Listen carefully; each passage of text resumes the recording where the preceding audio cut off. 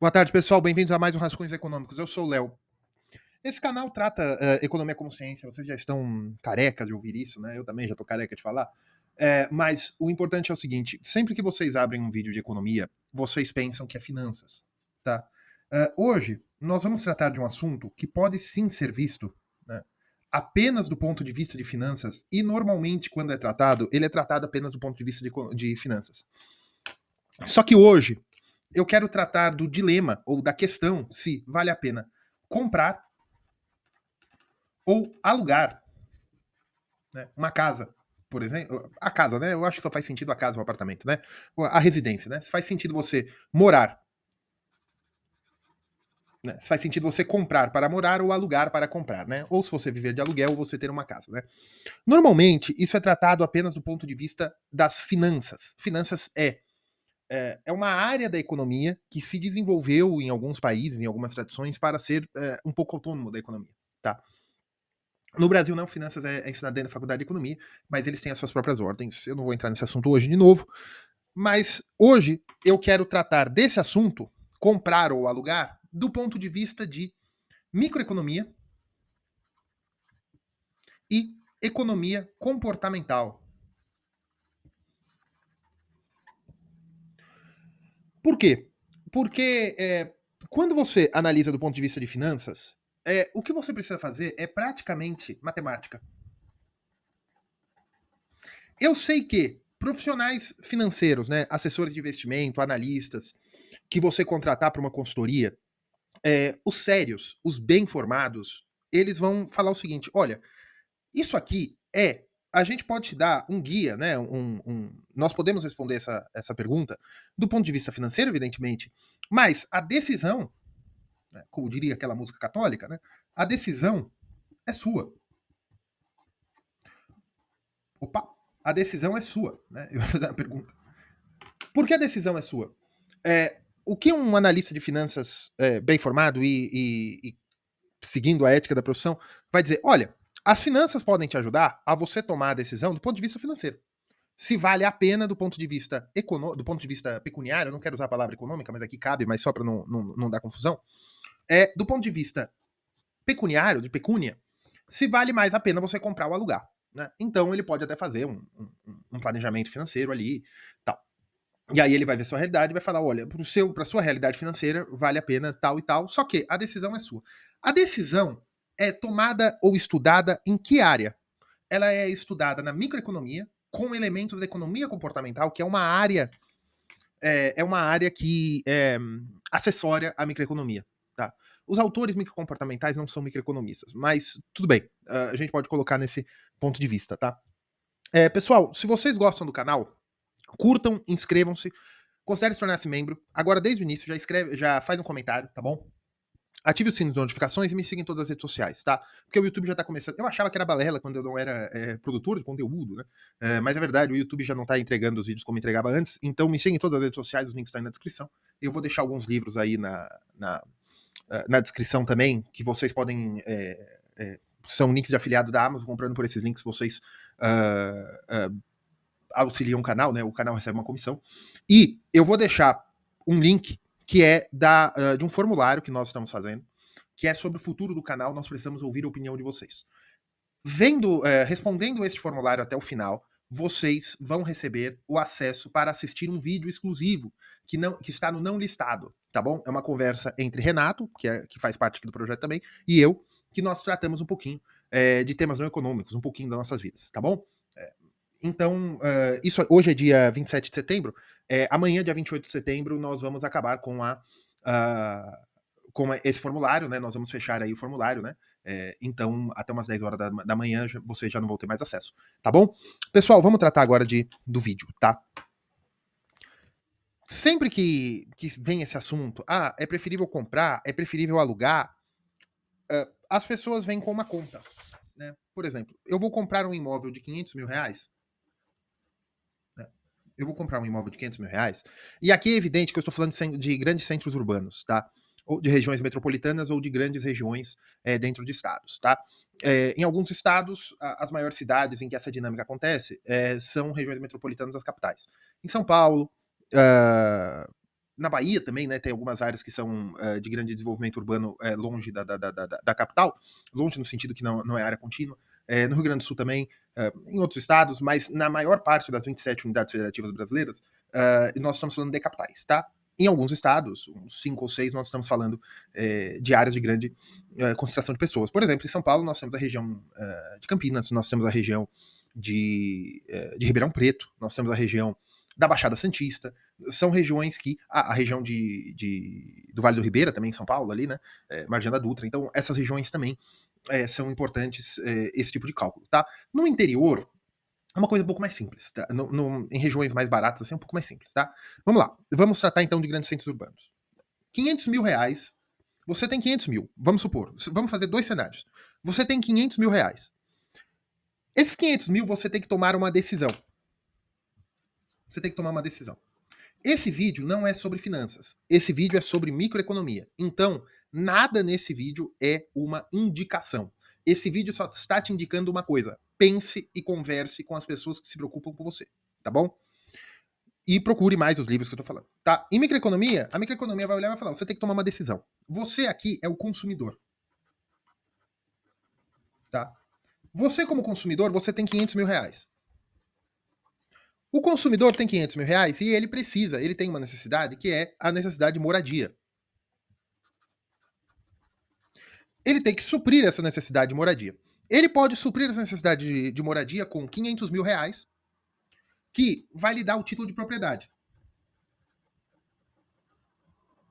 500 mil reais à vista, né? Que vai lhe dar o título de propriedade. Esses 500 mil reais veio de onde? Era uma reserva de valor que ele foi feito ao longo do tempo. É uma reserva. Foram investimentos que se tornaram esses 500 mil, né? O capital inicial virou o montante agora é 500 mil, beleza. Ou eu fui guardando 100 reais durante 1000 anos e debaixo do colchão até que deu 500 mil, ou seja, eu nunca ganhei juros, não importa. Não importa, tá? Agora é uma reserva. São 500 mil que você tem, é um dinheiro que você tem, que está nas suas posses e você tem que tomar a decisão se você vai transformar em moradia ou se você vai usar esses 500 mil, essa reserva, para transformar em investimento ou reserva de valor também, que nós podemos chamar de renda fixa. Tá? Que não é bem um investimento, mas eu não quero brigar com isso agora. Tá? Então, qual é o trade-off? Qual é a decisão financeira? A decisão financeira é o seguinte: eu abro mão de 500 mil reais, que a economia comportamental vai falar que existe a dor da perda, né? Que você tem a dor da perda de ver aquele número saindo da sua conta, né? E ele tem que ser. E às vezes você tem a preferência pela liquidez. Você prefere ter 500 mil como segurança ali na tela do seu celular ou no extrato bancário. Alguém tira ainda extrato bancário no caixa eletrônico? Acredito que não. Mas você vê ali os números, 500 mil, você prefere ter isso às vezes do que você ter uma propriedade. Às vezes. Aí depende bem da pessoa, aí é comportamento. Mas existe sim a dor da perda. Só que você precisa morar. Se você precisa morar, na verdade o trade-off não é entre eu utilizar esses 500 mil para gastar e ter uma moradia, ou eu utilizar esses 500 mil para ter uma renda fixa, que vamos colocar aqui 15% ao ano. Vamos pôr 15%, porque é a Selic, né? Mas agora tá colocando impostos, tudo, né? Já tinha, mas vamos colocar 500 mil? Vamos falar que o camarada consegue aqui, ele consegue 15%, então ele consegue 75 mil, né? Uhum. Ele consegue 75 mil de 500 mil, ele vai conseguir com a Selic 75 mil ao ano, né? Tem o imposto, tudo. Vamos dividir por 12, tá? São 6.250, vamos pôr que ele tá conseguindo ali uns 6 mil reais, tá? Leva o imposto, vou fazer conta de padaria. Ele consegue 6 mil reais por mês, tá? Só que a decisão é o seguinte: ele vai preferir 6 mil reais por mês via Selic e ter o principal, né, que não tem liquidez, porque ele está rendendo ali ele está emprestando ao governo, né, ou a um CDB muito bom que dê isso, tá? Ou ele vai pagar aluguel, né? E o aluguel de um imóvel de 500 mil, vamos colocar que o aluguel é uns 3 mil, vamos pôr que é uns 3 mil, aí depende da região, tal. Vamos pôr que é uns 3 mil, mas vamos pôr que já é 3 mil incluso, tá? IPTU mais condomínio. Léo, eu gosto de morar em casa, porque em casa eu não tenho preocupação com o condomínio, eu não pago pra morar. Tá, só que alguma manutenção do imóvel você tem que fazer. Alguma manutenção do imóvel você tem que fazer, por mais que exista o senhorio, alguma coisa você tem que fazer. Você não pode ficar chamando o senhorio para cortar a grama, você não pode ficar chamando o senhorio para cortar as ervas daninhas que nascem, para ficar limpando calha do, né, do imóvel e tal. Então, alguma manutenção você tem que fazer que demanda ou profissionais ou você mesmo que faça, tá? Então, essa conta do condomínio também tem a segurança, são outros serviços que são prestados. Então, de fato, existe um trade-off entre você pagar o condomínio, né, para você morar numa residência, e você fazer as coisas por você mesmo numa casa, tá? Então, né, num residencial, num condomínio residencial, você fazer as coisas você mesmo numa casa. Então, é, vamos incluir sempre o condomínio, porque mesmo que seja uma casa que não paga condomínio, você também tem os custos de manutenção que você tem que fazer, tá bom?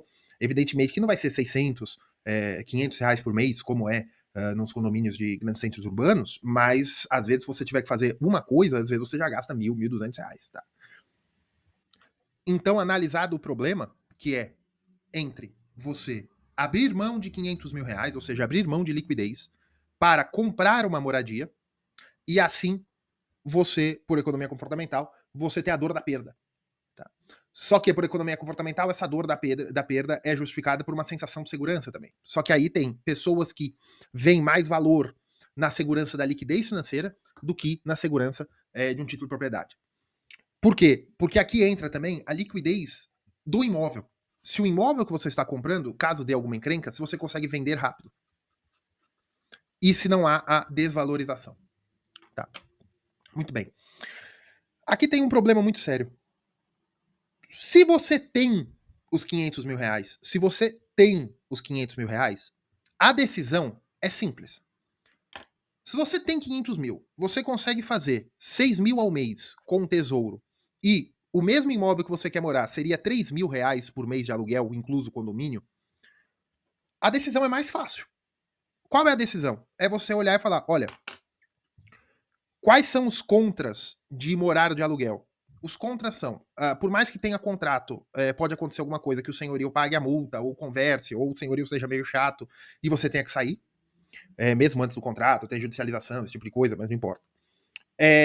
Tem o problema emocional, às vezes, de você estar criando raízes numa coisa que não é sua. Tem gente que aprecia isso. Léo, isso é besteira. Mas as pessoas que estão tomando decisões são donas dos seus próprios sentimentos, né? Então você tem que se conhecer. Se você acredita que é importante, né? Eu tô falando de economia comportamental. Se você acredita que é importante você ter a sensação de segurança e de pertencimento, é importante. Tá? E tem uma outra coisa. Por economia comportamental. Quando você gasta um dinheiro, 3 mil reais são 3 mil reais, certo? 3 mil reais para comprar uma bolsa pode lhe dar a sensação de futilidade maior do que se você utilizar 3 mil reais para pagar uma faculdade. Porque a ideia de faculdade é investimento na cabeça das pessoas, normalmente. A bolsa não. É uma sensação de futilidade. E tem a sensação também de 3 mil reais para você pagar a parcela da casa própria, ou 3 mil reais para você colocar ali no CDB para ir aumentando seu montante, seu capital inicial, né? Para ir aumentando a parcela do capital. Você tem uma sensação também de investimento. Só que quando você gasta para pagar o aluguel, você pode ter uma sensação, e normalmente tem, de dinheiro perdido. De dinheiro que você está jogando fora. Porque você tem a sensação de que aquilo nunca vai ser seu. É verdade? É verdade. Então, é só isso que você tem que analisar normalmente. Você tem que analisar o seu plano de vida. Ah, eu vou comprar a casa, mas, meu amigo, você é de Recife. E você está aqui na região metropolitana de Campinas. Por que você vai comprar esse apartamento se você está aqui para um estágio de dois. Para um. Estágio não, porque o cara tem 500 mil. Se você está aqui por apenas. Você vai ficar aqui 2 anos apenas, porque você está trabalhando como temporário num projeto aí de uma indústria japonesa, vamos supor. Por que você vai gastar esse dinheiro aqui em Campinas? É preferível você pagar o aluguel, ou você compra um apartamento em Recife e com o dinheiro do aluguel de Recife você mantém aqui esse aluguel. Você tem esses esquemas. Ou deixa o dinheiro guardado um pouco na renda fixa e você vai pagando aluguel com o dinheiro da renda fixa, e quando você fincar raízes em Recife, novamente, quando você voltar para sua terra, ou você ir para outra região, ou você quer sair do país, porque você compraria um apartamento agora, é o seu plano de vida. Então você precisa de plano de vida. Isso aqui eu tô falando tudo dentro da economia comportamental, tá, gente? É o seu plano de vida, tá? É a sua resistência comportamentais, né? Aos seus impulsos comportamentais, ao seu bem-estar. Quando você tem o dinheiro. Quando você tem o dinheiro, é só você analisar matemática, e a matemática vai te ajudar aqui pelo seu plano de vida, pela sua resistência e pelo do seu bem-estar, né? Sua resistência comportamental, sua resistência mental ao seu bem-estar. Porque não é fácil também você ficar pagando 3 mil reais por uma coisa que não é sua, né? Então você tem que saber muito bem o que você está fazendo ou não se importar muito. Só que tem outro problema aqui também. Aqui é do ponto econômico. Veja, 15% ao ano de Selic, isso aqui não é investimento, isso aqui é reserva de valor. Isso aqui sendo reserva de valor significa o seguinte, esse fator de 15% não é para o aumento do seu capital. A Selic normalmente não está calibrada para ganho de capital. Normalmente a Selic está calibrada para correção monetária com 1 milhão de aspas. Não é a correção monetária jurídica, mas ela quer dizer o seguinte, ela é a taxa base de juros. Ou seja, ela é o preço do capital parado. Ou seja, teoricamente, o capital tem que pagar no mínimo 15%, porque teoricamente ele está se desvalorizando 15% ao ano, o valor do dinheiro com o valor o valor pecuniário com o valor de face do dinheiro, né? Não é inflação, não é inflação. É a capacidade monetária é uma coisa meio complexa. Eu já fiz um monte de vídeo sobre isso, tá? Mas vocês têm que entender o seguinte: Selic não é para ganho de capital financeiro. A Selic é para manutenção do capital. Ela é a taxa base de juros. Ah, Léo, mas pelo amor de Deus, a Selic aí, ela bateu qualquer coisa, né? O CDI bateu qualquer coisa. CDI e Selic são numericamente iguais. Às vezes um pouquinho maior, às vezes um pouquinho distintos, mas são numericamente iguais. Elas bateram qualquer investimento aí em 10 anos, 15 anos. Sim. Só que ela é desenhada para ganho de capital. Ou seja, você utilizar um pouco do rendimento da Selic, você está prejudicando o valor do capital inicial. Porque você está mantendo o capital inicial e utilizando o rendimento. Então, em algum tempo, esses 500 mil reais, que vale 500 mil reais hoje, que vale um apartamento, daqui a um tempo não vai valer mais. Quando você tomar a decisão de comprar um apartamento, você pode não ter o dinheiro inteiro. Por exemplo, você tem R$500 mil agora. Por exemplo, você tinha R$500 mil em 2020 para comprar um apartamento de tantos metros quadrados, tal, tal, tal.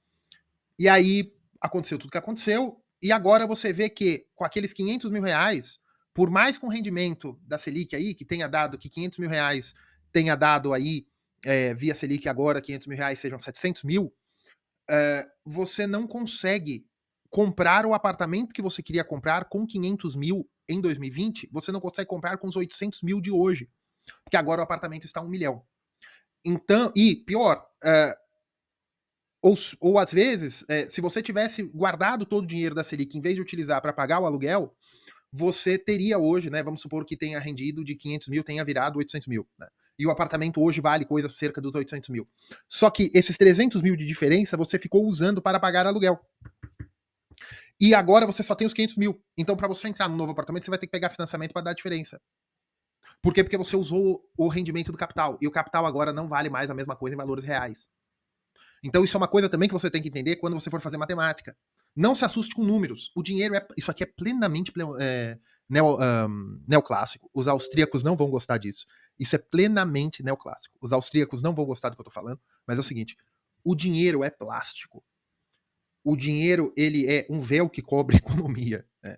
Ele se adapta. Não se engane com números. Não importam os números, importa o nível de preço. Os austríacos não vão gostar disso. Mas o que eu quero dizer é não se assuste, 15%. A inflação tá. Não importa.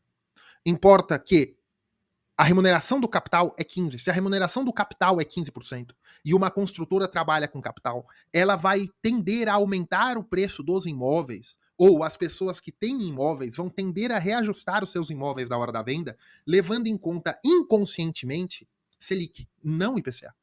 Tá. Agora tem um outro ponto de vista que você tem que levar em consideração, ainda utilizando os 500 mil. Tá? O imóvel que você quer comprar vale 500 mil. Tá? Se você não tem o dinheiro, ou você não tem o valor integral, você tem 250 mil reais. Você tem 250 mil. Tá? Você tem 250 mil, você tem metade, então você consegue fazer um financiamento. Eu vi, eu conheço gente que foi tentar fazer um financiamento e estavam falando coisa de 20% ao ano, né? Vamos colocar 18%. 18% ao ano para o financiamento. Tá? A Selic está 15% ao ano. Certo? Muito bem. Eu preciso desses 250 mil, eu vou pagar. Vamos falar que eu vou pagar em. Vamos colocar só essa taxa, tá? Só isso aqui. Vamos falar que eu vou pagar em 24 meses. Né? Vamos colocar 25 meses, tá? 25 vezes de 10 mil. Tá? Léo, por quê? Porque eu não quero fazer conta grande, tá? Vamos pôr então. Vamos pôr 24 para não dar confusão, tá? Então 250 mil dividido por 24 meses seriam R$10.400. R$10.400 de parcela, né? Tá? Muito bem.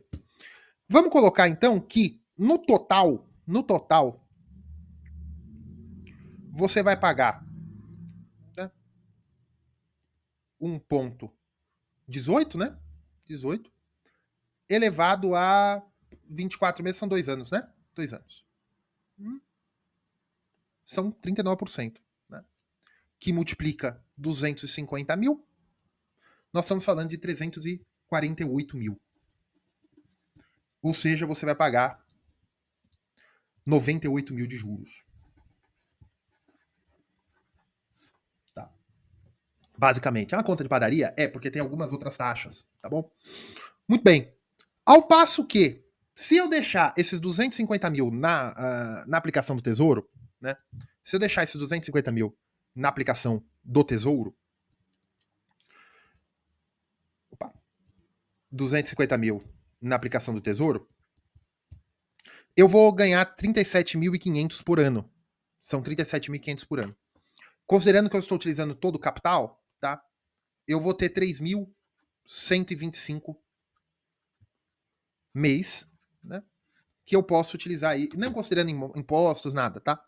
3.125 mês para que eu pague um aluguel. E aí, o que é preferível que eu faça? Eu continue pagando aluguel e tente viver com um pouquinho menos para continuar colocando ali para que um dia a minha reserva vai aumentando, ou seja, eu posso pagar um aluguel de até 3.125. Se eu tentar pagar um aluguel de 2.125, eu vou colocando de volta no capital inicial para ir aumentando o bolo dos 250 mil que eu tenho. Isso aqui é uma boa ideia? Financeiramente, não. Por quê? Você tem que entender. Todo o negócio da economia comportamental, esse vídeo não é um vídeo de dicas de investimento, tá bom? Eu não estou dando dicas financeiras. Eu estou mostrando a dinâmica do capital. Por quê?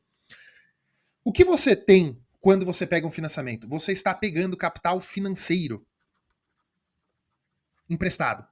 E o que você paga de juros é renda sobre o capital. Isso é juros.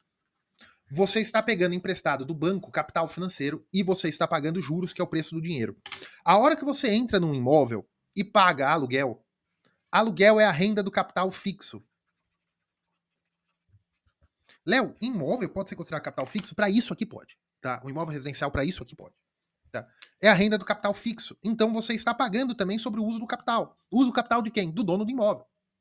O imóvel não pertence a você. O imóvel não pertence a você. Então você também está pagando o rendimento do capital. Aqui você paga um pouco mais. Né? Aqui você está recebendo um pouco menos, só que o custo do aluguel é um pouco mais baixo. Né? E também o imóvel tem o problema do valuation. Né? Aqui a decisão é um pouco mais simples do ponto de vista financeiro, mas um pouco mais polêmica. Por quê? Decisão é o seguinte, do ponto de vista financeiro. Você tem que entender o seguinte. No momento que você fecha o financiamento, né, você vai pagar 348 mil. Você está pegando 250 emprestado. Mas você vai pagar 348 e você já deu 250. No final, esse imóvel está custando, né? Eu sou economista, não sou financista, então não sei fazer conta nem com calculadora, tá? No final, esse imóvel te custou 598 mil. Um imóvel de 500 mil. Só que tem um problema. Tem um problema não, uma coisa boa. Esse imóvel custou 598 mil. Nossa, perdi 98 mil reais. Não. Por que você não perdeu 98 mil reais? Porque, provavelmente, ao fim do financiamento, esse imóvel agora, se você for vender, provavelmente um financiamento de 2 anos, 3 anos aí, quando você for vender, o imóvel não vale mais 500 mil. Né? 10% de valorização imobiliária, dependendo da região, depois de 2 anos, não é absurdo. Então você tem que considerar que o imóvel de 500 mil, depois de 2 anos, 3 anos que você pagou, ele já pode estar 550. E agora você não paga mais aluguel. Tem o IPTU e tem o condomínio. Só que o negócio é o seguinte, deixa eu contar uma coisa pra vocês. Quando você recebe dinheiro via Selic, ou via Tesouro, né, que paga Selic, ou qualquer outro, ou CDB, você está pagando impostos também. Então esse negócio, casa, apartamento eu pago imposto. Você também paga imposto quando você é rentista. Estão acabando as últimas opções que você não paga. Então, isso é uma conversa meio... E aqui você está pagando a renda do aluguel, que é o dinheiro inicial que você tinha. Então, se você estiver utilizando, vamos colocar inteiro, você tem 500 mil e está te rendendo 3.125 ao mês, tá? No final do processo, né, você vai continuar tendo 500 mil, só que a inflação média de imóveis, vamos pôr uma inflação média de imóveis na casa de 10%, que os imóveis sobem 10%, uns 10% a cada 2 anos. Então, esses capitais, você, depois de 2 anos, você continua tendo na sua conta bancária meio milhão, né, 500 mil. Você utilizou 3.125, você utilizou uns 2 mil para aluguel e uns mil e tanto para coisas, né, para comprar, para a sua vida, né, vamos supor que você está vivendo de renda. Depois de 2 anos, você continua tendo 500 mil no banco. Só que você vai verificar, agora os imóveis não estão mais 500, os imóveis estão 550. E você continua tendo, desculpa, você tem 250 mil no banco, né? Agora os imóveis não valem mais 500, ou seja, você não precisa mais inteirar 250 com empréstimo. Você vai precisar inteirar 300, porque agora os imóveis são 550. Porque você ficou utilizando o capital por mês.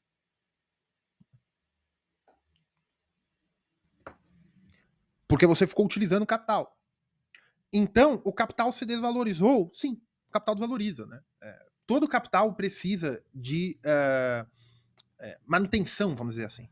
O capital financeiro também precisa de correção, porque o dinheiro vai desvalorizando. A forma que ele se apresenta é dinheiro. Evidentemente que um carro desvaloriza muito mais que o dinheiro normalmente. Evidentemente que um apartamento se desvaloriza muito mais do que, não sei, do que o ouro normalmente, né? Ele pode se... Por quê? Porque aqui tem um outro custo também. Você, quando você é dono, você tem que fazer suas próprias manutenções no imóvel, né?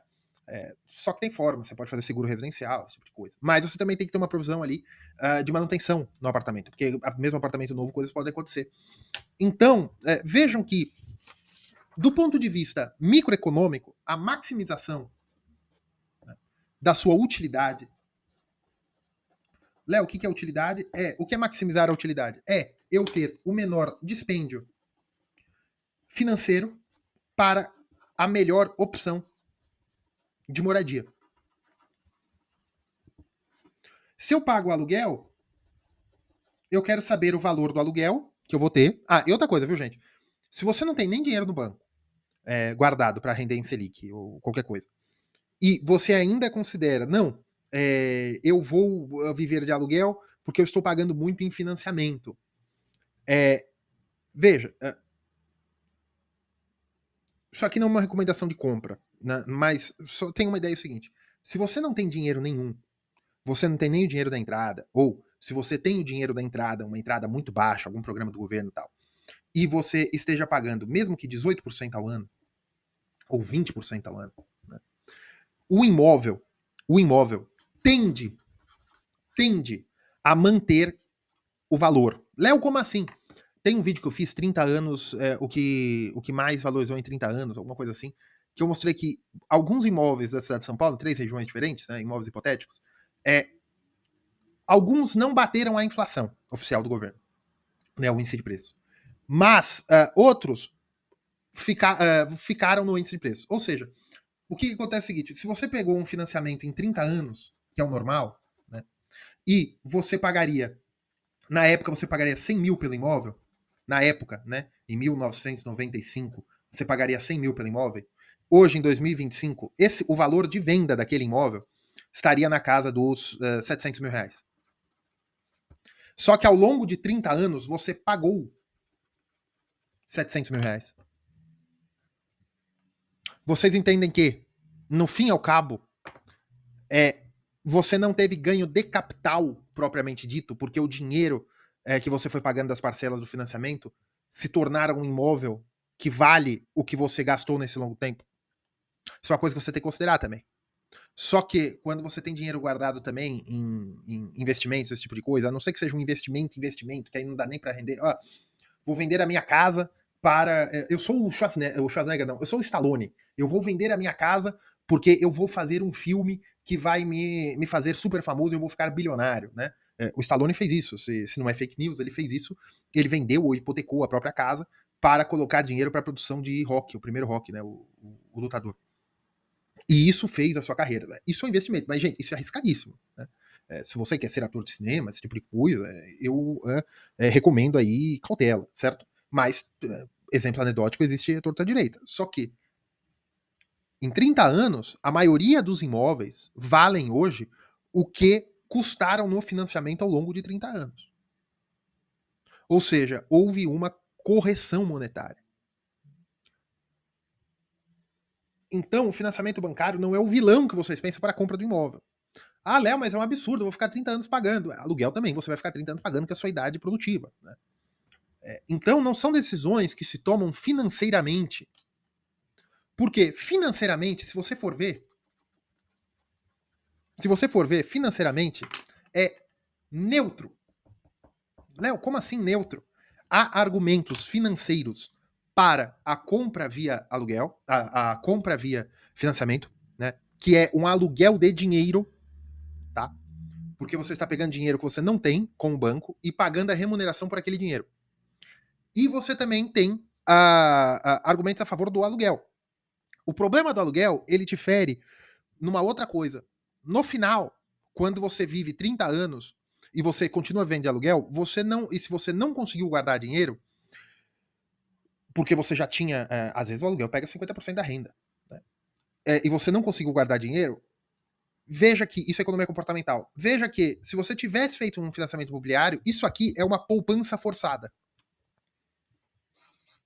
Porque quando você estiver velho, né, você fez o financiamento com 30 anos e agora você já tem 60 e você vai se aposentar. O que você pode fazer? Você pode vender essa casa de 700 mil, pegar 350 mil na mão, né, 350 mil você compra um outro, um outro imóvel, ou agora é a hora que você tem preferência pela liquidez. O que você faz? Você vende, se você já tem 60 anos.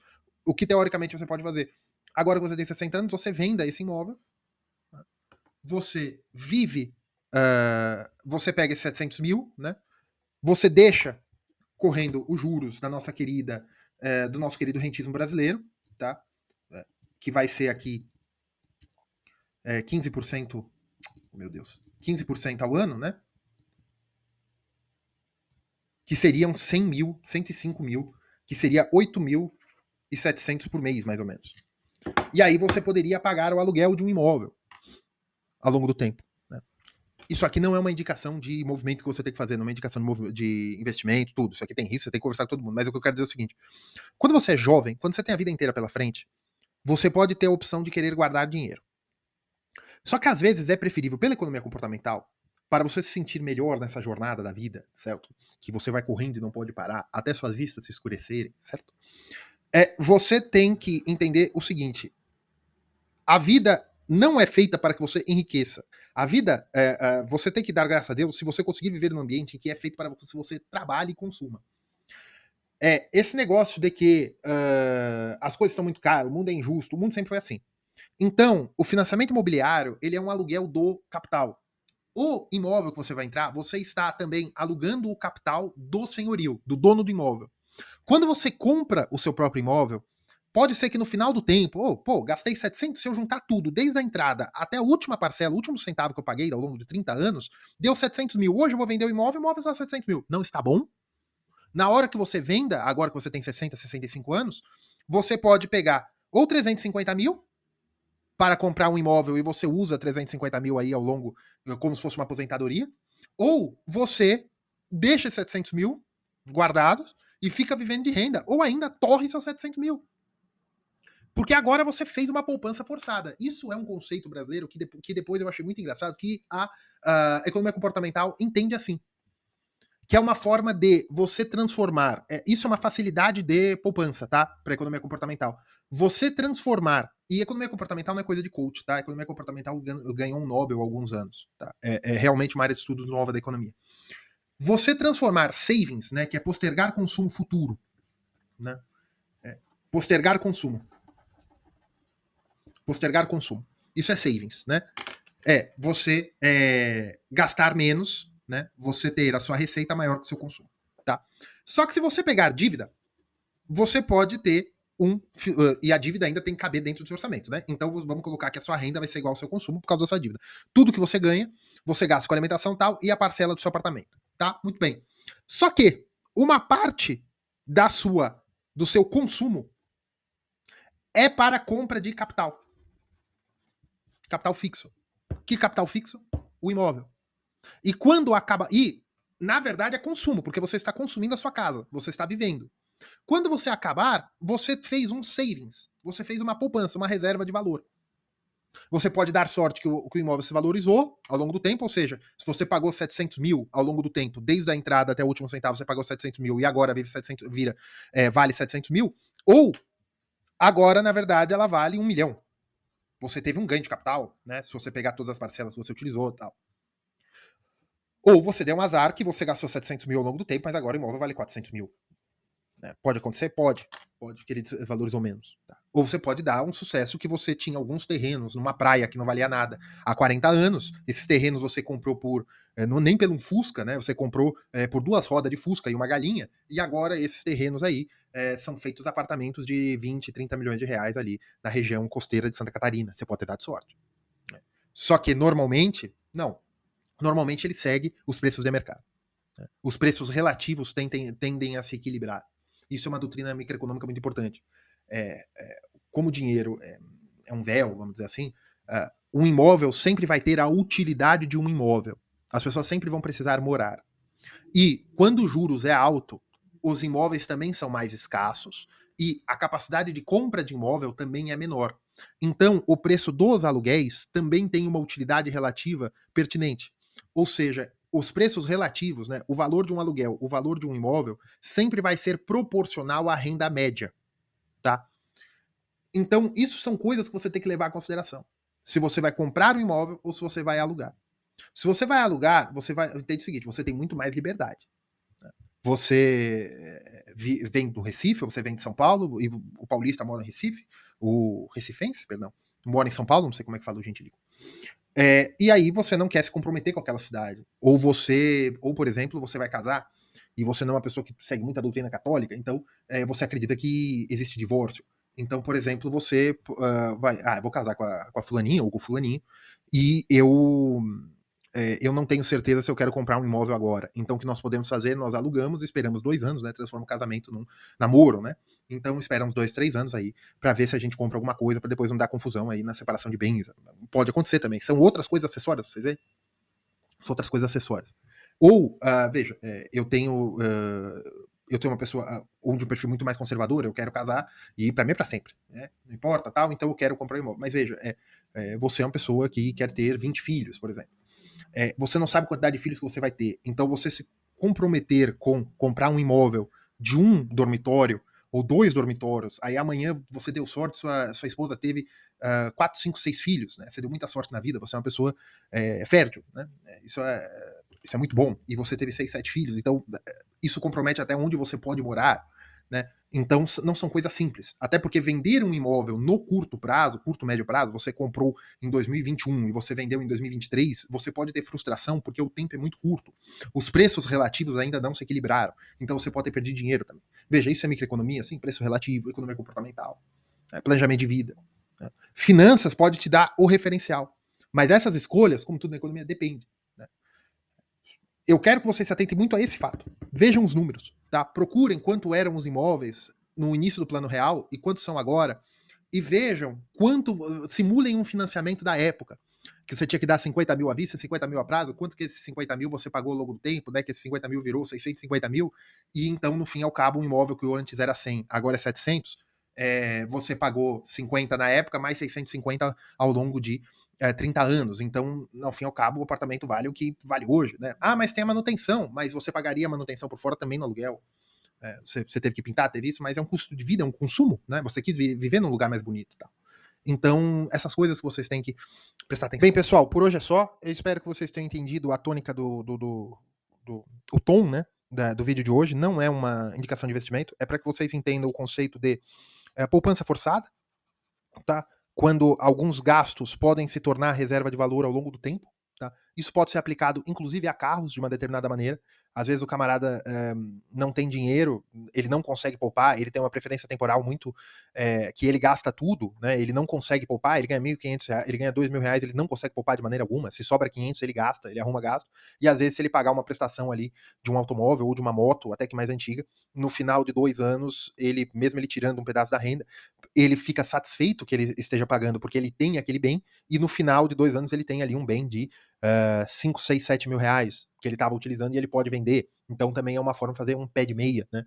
Isso é uma coisa que vocês não tenham preconceito. O Brasil é um país pobre, então essas formas de coisa acontece, que é você utilizar, né? Deixa eu até utilizar aqui, é você utilizar consumo, você utilizar consumo para fazer poupança, uma poupança muito imprópria, mas faz sentido, né? Quando você não consegue postergar consumo, né?